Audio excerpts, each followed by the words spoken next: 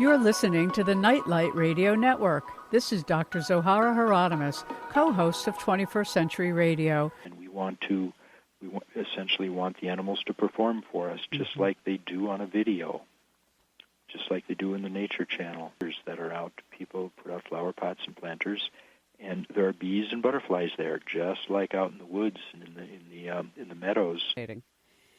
You also, talked in the book about something that's very clear, particularly when you just get away, whether in our households or the streets, has made it so that we have overridden our basic biorhythm or our circadian rhythm and us biologically, and what it does to us.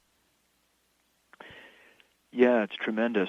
We are the most perceptive.